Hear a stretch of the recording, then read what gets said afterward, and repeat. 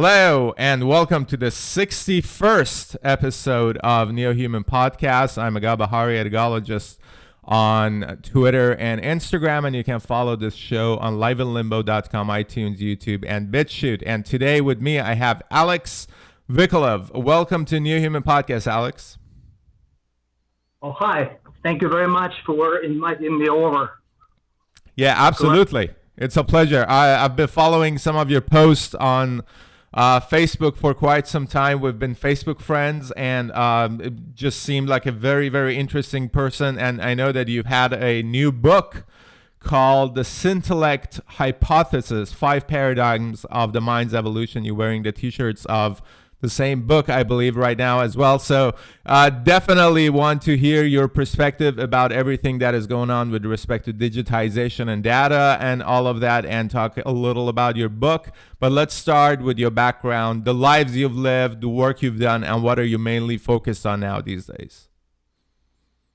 Absolutely. So, yeah, I hope we'll have a fantastic conversation, right? Yes. So, I'm a Russian-American futurist, evolutionary cyberneticist, digital philosopher, not to be confused with digital photographer, idealist, not a perfectionist type, but Platonist type. Was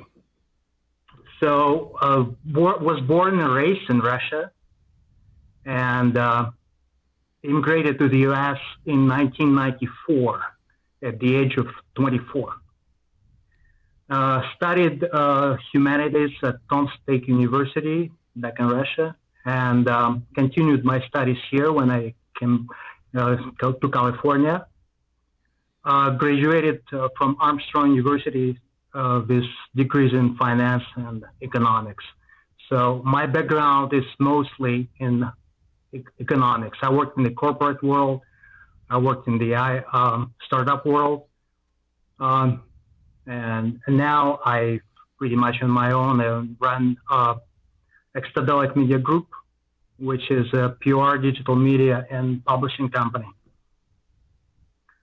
So, this is pretty much in a nutshell my background. But philosopher by vocation, but I'm a strong believer that you learn by doing.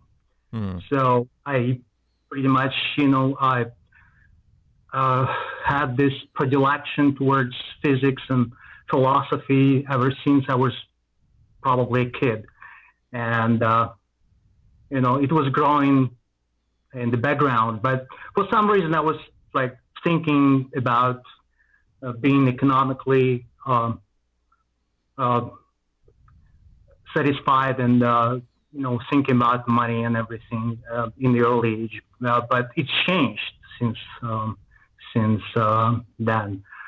And for the most part, right now, I'm consumed with spiritual growth, and that's why I started this creative project, Syntellect Media, and I started my blog about 5 years ago with a number of essays I wrote, and I saw that the public actually likes it. So that was my launch pad to write the book. And I started writing a book, which is pretty much the work of 3 years of theorizing and put it on paper, let alone decades of being a human in this kind of simulated reality, right? Simulated reality, yeah, exactly.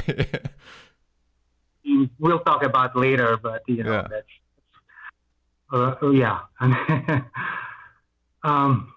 Well, you mentioned you're an idealist. I want to know what is and you also mentioned that you're on a spiritual path, which is interesting to me because it has a very strong digital element to it.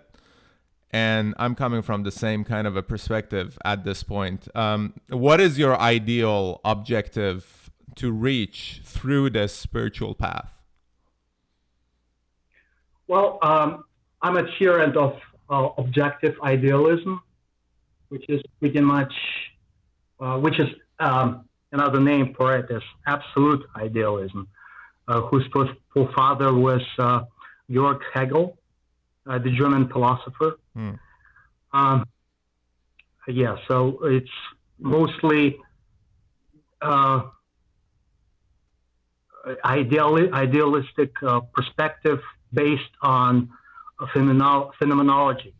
So basically, everything comes down to experiences of conscious agents and their interactions.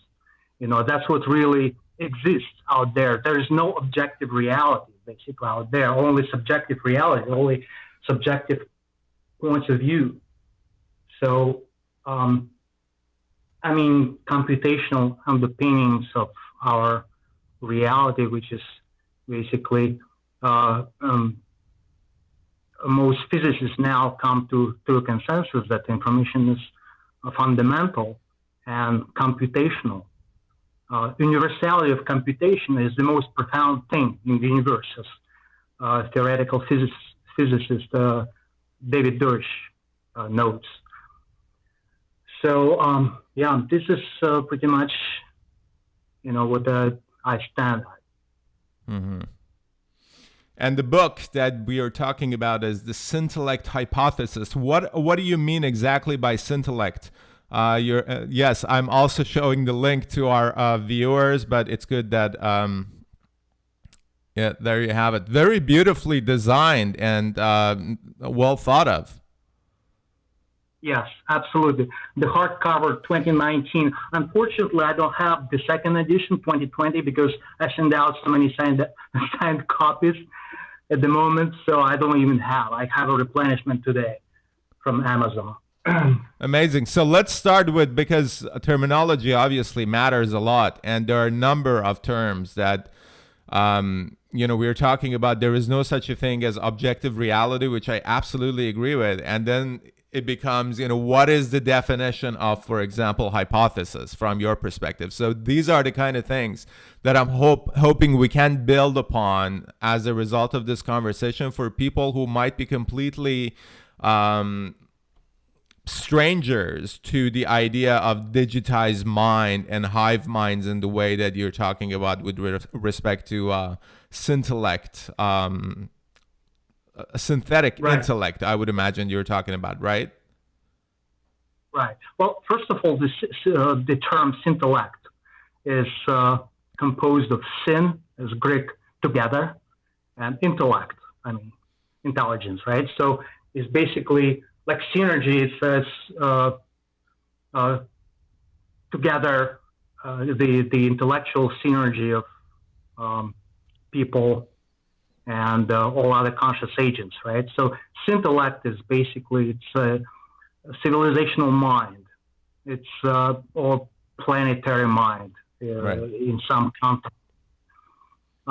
So it's apt neologisms that I came across when reading Manifesto for Transhumanist Aspirations, I think that was, by Michael Epstein. The book published in 2012. Yeah, so I thought that it would be the most apt neologism that can be used. And so I came up with this the Syntellect hypothesis name for the book.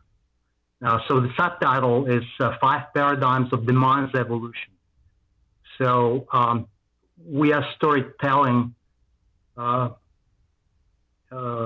beings, right? We like stories, and everything is basically in our lives chronological.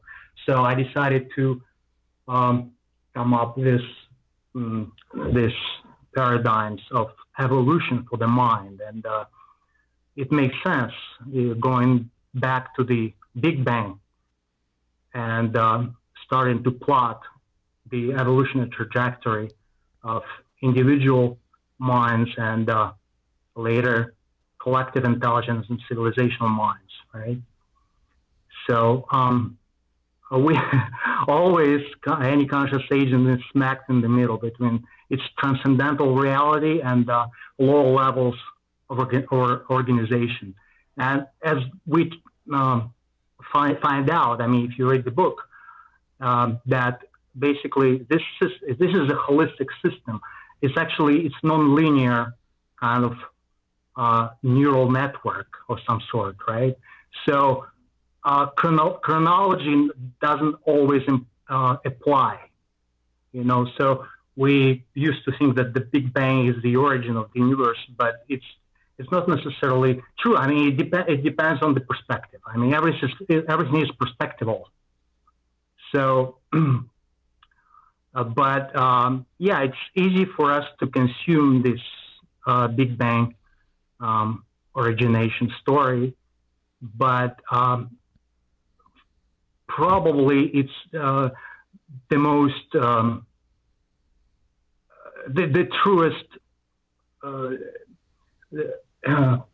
view is probably to have some sort of pre-existence of some intelligence that actually gave birth to our universe.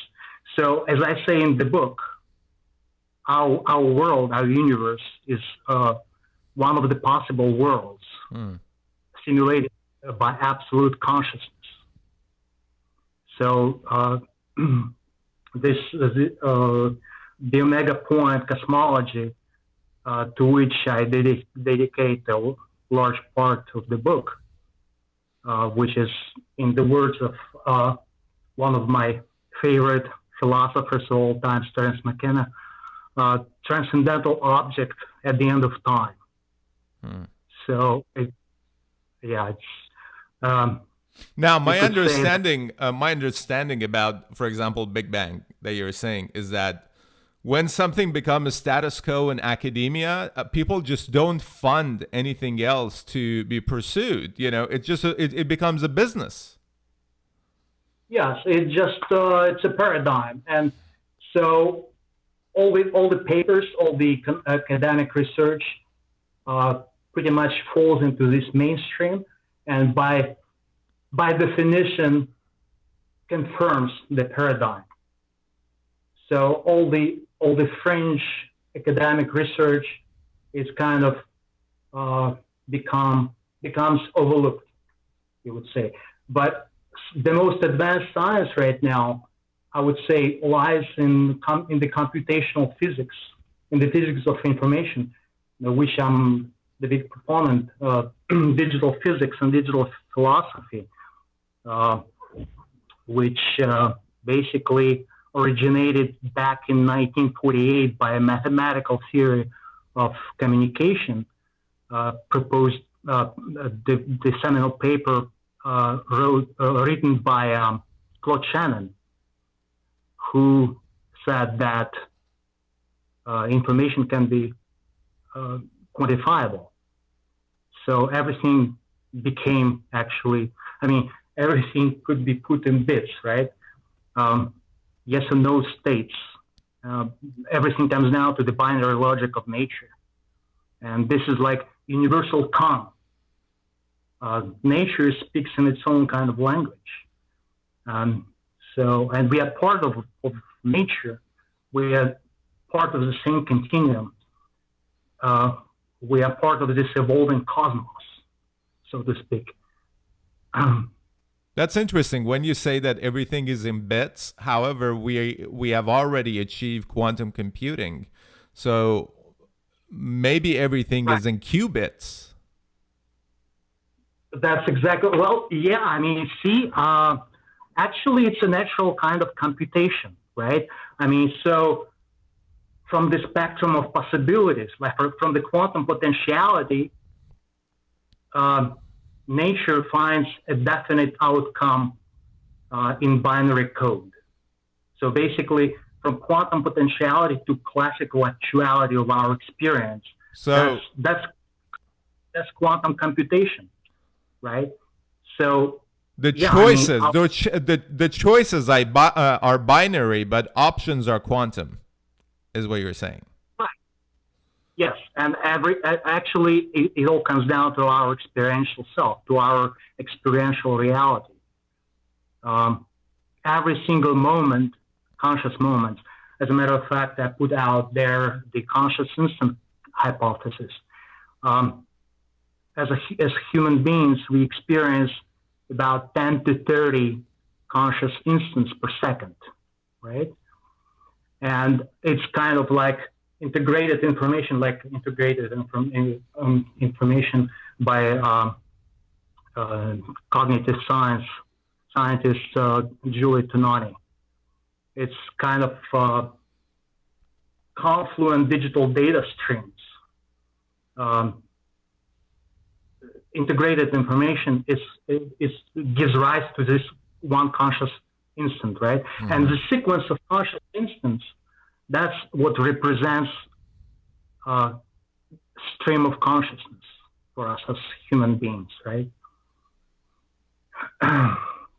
The way that I think about consciousness is like consciousness is internet, and the way that we are experiencing it is like our devices. So we can have access to it through our own browser, but it's just, if it's deleted, that version of it is gone, but the consciousness is over there. Yeah, consciousness is everything, right? Yeah. So there are multiple views. It's such a multifaceted reality that you can view it from different perspectives, a multitude of different angles. So absolutely, you can see it as I like to use this metaphor, consciousness to humans as cloud to computers. We are like nodes of this human cloud, so to speak, right? And we are part of this larger whole. We don't exist in the vacuum. We are part of the larger pattern of life. That's why we actually transcend. We have this transcendent effect. And that's what I talk about in the book, that we actually reemerge as one global mind. At some point, it's going to be like a Solaris kind of planetary mind, right? When we're going to have like this hyperconnectivity of billions of enhanced humans and super intelligent machines as nodes of this global neural network, enhance these trillions of sensors around the planet. This is it. This is the Syntellect emerged. When you basically, what it means to you as an individual, because consciousness is always singular, right? You cannot get around it. It's always going to be singular. So basically, it's going to be like transcension you transcend to the higher order Syntellect. You transcend to the God mind, so to speak, right? When you expand your dimensionality, because if you look back at our own evolution, single-celled organisms back 4 billion years ago when life started, right? They were basically perceiving existence in a one-dimensional plane of existence, right? And then plant and animals expanded their dimensionality to 2 and 3 dimensions. Now humans, we experience in 3D plus time, fractal dimension. Right. But time goes for us in one direction because we are anchored to biochemical processes. But it's about to change. When you transcend this low dimensionality, and you can have this expanded dimensionality, which might be 5D or 6D or 7D. There's, you name it, So that's what part 4 in my book, Theogenesis. Basically, we becoming gods, right? The birth of a divine entity, the Theogenesis. That's what I call it. Now, before we go any further, because for some people this might sound really strange or sci-fi like, let me just bring up maybe a more foundational concept that also came to my mind, called the extended mind theory, an idea in the field of philosophy of mind often called extended cognition, which holds that the reach of the mind needs not end at the boundaries of his skin, and skull. So the idea is that even if you use a piece of paper to write your shopping list on it, that becomes extension of your mind. So what Alex is talking about is, because of digitization, this is potentially something that can include everything. Yeah, I mean, we distribute our mindedness across the globe as we speak. I mean, I'm in Silicon Valley, you in Toronto, right? I'm actually in South Florida. Oh, I'm sorry. It's like my bad. No, it just reminds me of being in Toronto in January in that cold, and I'm glad that I'm not there. So yeah, my bad. No, all good. All right. Anyway, we have this technocultural kind of wormhole between two minds, and we just grab other minds that wants to tag along. So it's all kind of collectivities that have this kind of transcendent effect. I mean, at some point we'll probably transcend our language, our human languages.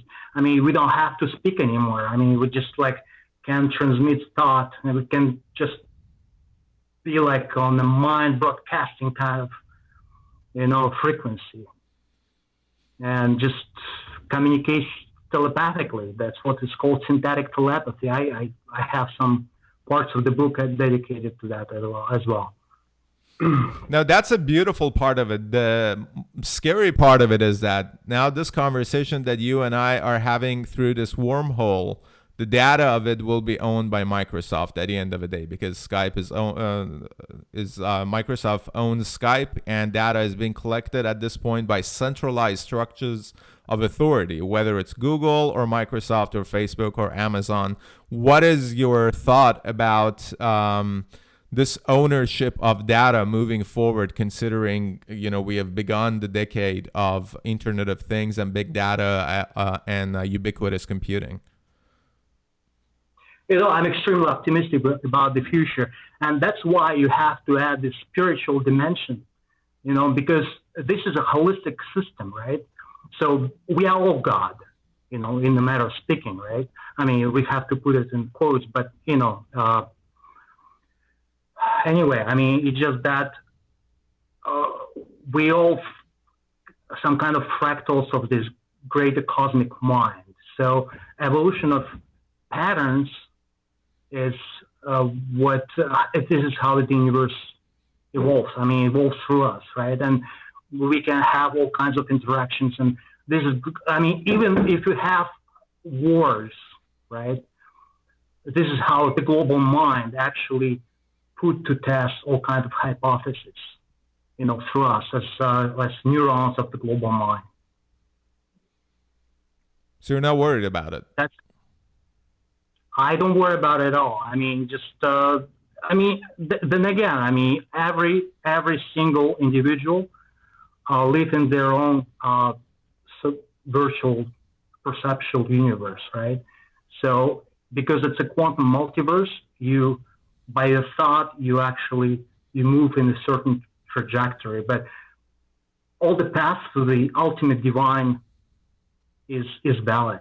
I mean, I don't want to sound like overly religious, but if you just, as Rumi said, I searched for God and I found myself. I searched for myself and I found God.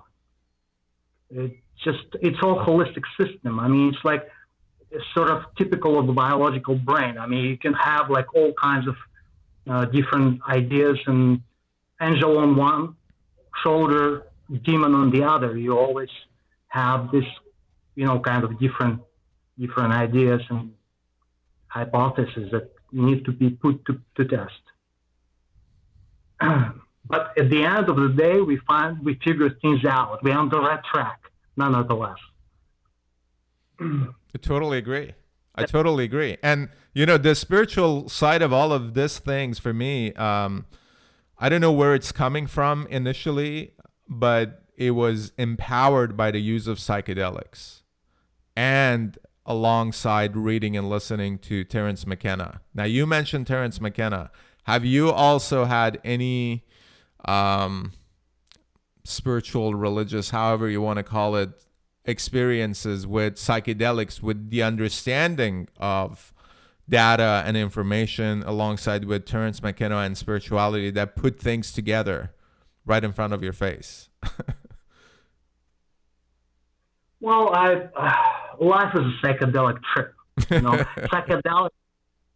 psychedelic is basically mind manifesting, right? I mean, we live in mind-based reality. No matter how you slice it, it's everything is mental, and everything comes down to consciousness. You know, physicists now agree that, I mean, quantum theory, the most successful theory of all times, actually show that you cannot separate reality from the observer. Experience and experiences are one.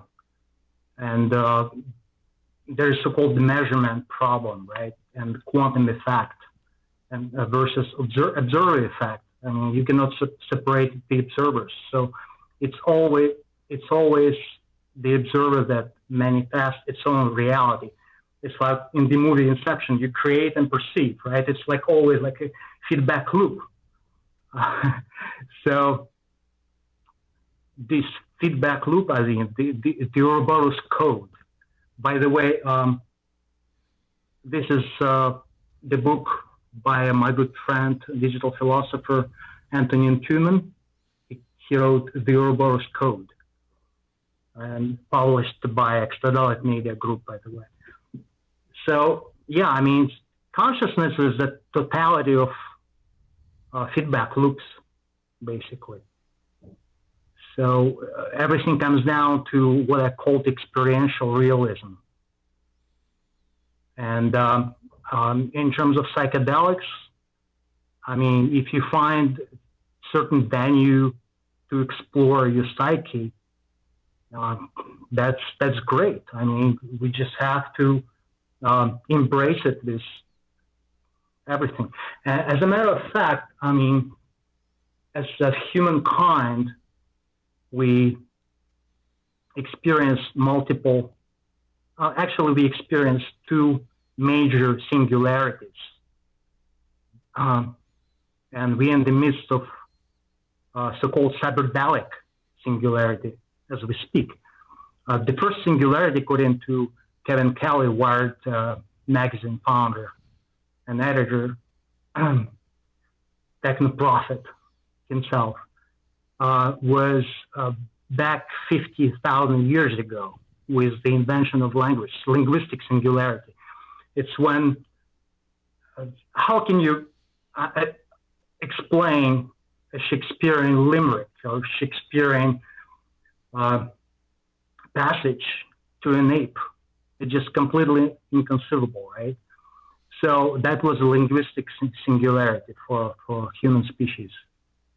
And now, in this 1960s, we've got this cyberdelic singularity. It's when the confluence of psychedelic culture, LSD and psilocybin mushrooms,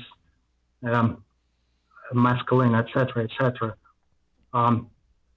and when we went out to space, Russian cosmonaut Yuri Gagarin was the first to orbit Earth in 1961. That was our outer space venue. Cyberspace as well. I mean, we created the first computers. So cyberspace, outer space, and inner space. So that was this cyberdelic singularity outside. Unfortunately, someone got scared. As we know, the Nixon administration made psychedelics illegal. Right now, I mean, we're going through the renaissance of psychedelics. I mean, and but still illegal, some of them on the Schedule 1. But I believe as we go further into the future, as I said in my book, psychedelics is information technology. As Terence McKenna once said, that psychedelics are information technology. And the difference between the computers and drugs is that you can swallow one and you cannot swallow the other. But the brightest minds in Silicon Valley and beyond are working to change that. Well, Terence McKenna also himself, he had the stoned ape theory, that the reason that our mind evolved much faster than the rest of our body is because of psychedelics. Yeah, the stoned ape theory. I'm quite supportive of it. That basically gave a huge advantage to Homo sapiens over other hominid species, I believe. I mean, because basically what you can do is just, these drugs are consciousness expanding drugs. So there are different levels. I mean, smaller doses just makes you visually acute, so you can accurately appreciate the situation between the predator and prey, etc., etc. Visual acuity is a huge game changer, right? At the average dose or middle dose, right? You just have like agitated and sexually active, so which is the main game in evolution, sexual reproduction, right? And at the highest dose, you just you just go into different higher spiritual dimension and bring some souvenirs, to share with your tribesmen. Yeah, that's a very beautiful way to put it, because I've been experimenting with them for more than 10 years, and the meaning of them changed a lot, but that was based on what I was learning outside of the experience and through the experience. You get out of it what you put into it, because if you go with the mind of a chimp, you're not going to think about, maybe we can digitize the entire universe and quantify the patterns and make sense out of existence. Yes. Well, we are on the cusp of actually going more into inner space. That's why I'm quite fond of this transcension hypothesis by futurist John Smart, who said that the inner space exploration is where we are headed. We are gonna pretty much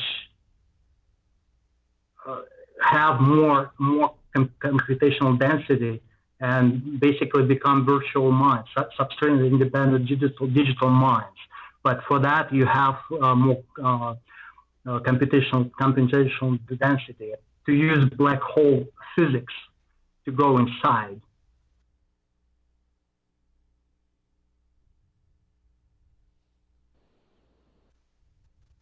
I lost you for a second. That. It's okay. Do not disturb. Yeah. So transcension hypothesis. That's one of the possible solutions to the Fermi paradox as well. So most advanced civilizations, they just become post-biological. So they just phase out biology altogether and become digital minds instead. But because we are on exponential trend for miniaturization, you just need more and more computational density, and you just go inside, create multitude of virtual worlds, and you just have this apotheosis of the mind, just like live in the inner space of your own design. So you don't need this space-time, you don't need the universe out there. You just can send out probes and colonize and basically convert the whole matter of the universe into computronium. That's probably the ultimate destiny of our universe, to convert the rest of the universe into computronium, but for our own needs, because we go inside our minds. Do you think there are other civilizations that reach the same kind of because it seems like, if you want to talk about this within a maybe more familiar kind of concept, Kardashev scale, for example, that we first have to become a planetary kind of a civilization, and huge part of that now relies on computation and digitization for us to make sense out of what is happening, and it starts from there, right? So I think the biggest threat to this progress, which from my perspective is inevitable, but the biggest threat to slowing it down is lack of education. Would you agree with that? The nature of education will probably change. So if you can just download knowledge, in the matrix, it just, all we need is just computational resources. And what we are right now, on the global scale, we are one thinking entity, basically, right? I mean, the whole humankind is one thinking entity. All we need is just computational resources. And we process information at a certain capacity, right? But with super intelligent machines coming online, we'll have more and more capacity, which will at some point eclipse biological minds, right? But because we're going to merge with this technology, we'll become super intelligences ourselves. So this is why I'll call it the cybernetic singularity instead of the technological singularity. In fact, speaking of singularities, we'll have a plurality of singularities going forward, in my view. But it depends on the context, right? Yeah, everything is contextual, of course. I mean, going forward, say circa 2030, we'll have most probably AGI, right? Artificial general intelligence, human level AI, right? And we're not just talking about logical intelligence, we're talking about emotional intelligence, so that you can speak just like you speak to me, right? This whole array of human emotions, so to speak. This is going to be like AGI singularity. And then later on, we'll have, most probably, again, it's all speculative at this point, but some kind of simulation singularity, right? When you can create ultra-realistic virtual realities, and where you can recreate historical events to the minute detail and come up with a myriad of fantasy worlds. Basically, that's when you expand your dimension.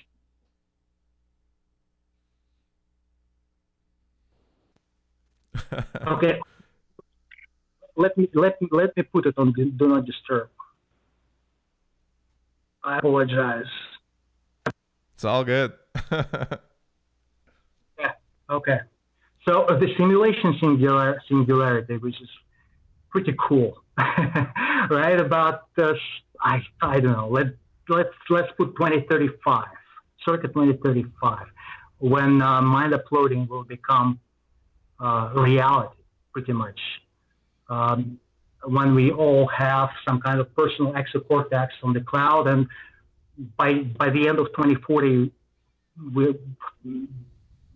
by the end of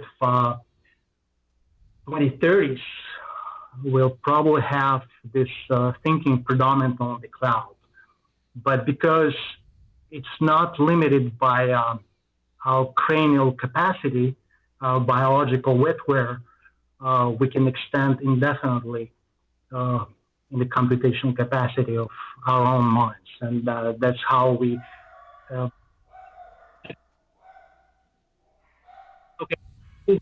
Sorry, dogs are going for whatever reason in the background.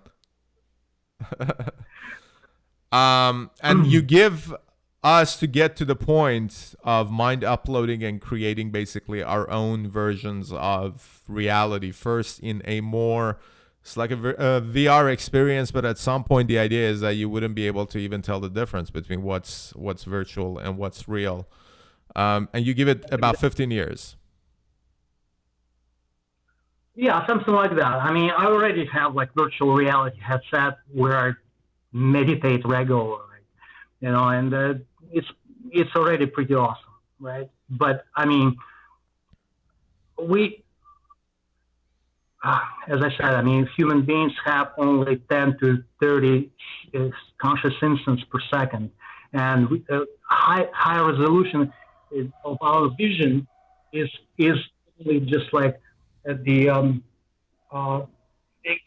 extent of the arm, right? If you look at your thumb, this is psychedelic, and there are already prototypes of in virtual reality that can actually replicate that resolution of human eyesight. So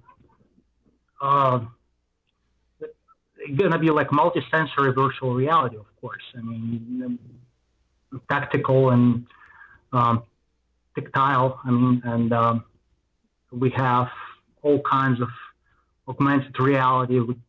I mean, it's all gonna be like a video game. Like already, like there's this smart contact lens by Mojo Vision that it's a prototype, but we'll probably have some kind of internet connected contact lenses sometime in within 5 years in mainstream use, so that you can just look at something and have additional information. So it's all going to be like a video game for everyone, and just you can actually customize it for your own needs, which is pretty cool. For sure. I'm going to take the non-stop dog barking as a sign of coming from the universe that we should wrap up this interview. What is next for you, and where can our audience follow your work? Well, the best way is to go to extradelic.net online and see all the updates and a bunch of videos. I have a mini series of Extradelics with Alex Vikoulov, and I have new books listed on the website, and of course essays, and news that we put out regularly on our website. But I would highly recommend to get my book, the Syntellect Hypothesis: 5 Paradigms of the Mind's Evolution, and just get mind blown, of the possibilities. And this is just self-transcendence, engineering godhood, self-divinization. That's where we are headed to. And I will include the links to both your website and your book, and other links alongside with the podcast as well. It's available. I mean, for some people who might be lazy to read along. Audiobook? No. I mean the book trailer. Book trailer. Oh, right. I will include that one as well. It's the 5 minutes long one. I actually watched it right before coming online to speak with you, and I watched it with my girlfriend, who's a filmmaker, and she just made a visual representation of our episode with Michio Kaku. And it reminded her also and me of that video, the trailer. Very, very cool. And what a cool idea to have trailer for book. Yeah, absolutely. Based on reception, which country do you think, or what group of readers in which country are more susceptible and accepting of the ideas that you're talking about? Well, first is the U.S., of course. The U.S. and then the U.K., Canada, and European countries, the most susceptible. Australia, yes. I mean, developed world, I would say. One thing that I talked about this with Zoltan Isvan as well, and it always brings up a lot more to talk about it. How, for example, while China is going along with genetic engineering and experimenting with human DNA and the very core of who we are, the religious aspect of a country like United States seem to be, or it would be fair to think of it as some kind of a boundary or some kind of an obstacle in front of this scientific or technological progress. How do you see that? That, for example, Chinese who, they don't have any religious state. The religious state is a party. Just following what the party objective is. But they're not limited by any kind of religious text to stop human engineering. So they can progress in that front, while Americans arguing whether or not that is something that can be done in a society as religious as the United States. Right. Well, as I said, I mean, I'm pretty optimistic about the future. So, yeah. I mean, any competition brings out the best out of us. So we'll figure things out. I am extremely optimistic about the future. There might be some pitfalls, some setbacks, but generally we're on the right track. So any nation has some kind of contribution to the overall progress of the species. Yeah, that's an interesting way to look at it. I totally agree with it. I mean, there are parts that we can control, and we control those. There are parts that we cannot control, and we cannot control. And big picture seems to be fine. But actually, it's not everything is up to us, because there's the universe, the heuristic tendencies of the universe to create emergent patterns is stronger than the human race itself. So it's this intellect emergence that I'm talking about in the book is the cosmic necessity. That's the inevitable evolutionary leap for our species as we go forward. Yeah, I was going to ask if you think of it as an inevitability, because it seems like an inevitability to me. Yeah. Absolutely. I mean, we're not going to stay as we are. We're not the pinnacle of evolution. Not biological, not technological either. Totally agree. All right, Alex, let me ask you the last question I ask all my guests, that if you come across an intelligent alien from a different civilization, what would you say is the worst thing humanity has done, and what would you say is humanity's greatest achievement? Well, first of all, I won't believe that we're going to see alien life in our human universe. We have to transcend our dimensionality first, right? So we probably at the Syntellect level, we're going to meet some extra-dimensional alien intelligence as opposed to extraterrestrial. But yeah, I mean, at that point, we just have to establish communication and just extend and just exchange information. It's all about exchanging information. And so we just exchange our histories and our cultures, and it's going to be a greatly enrichment to both parties. So, but our greatest achievement, keeping our beautiful planet as it is, and taking care of other lesser intelligences and keeping things in check.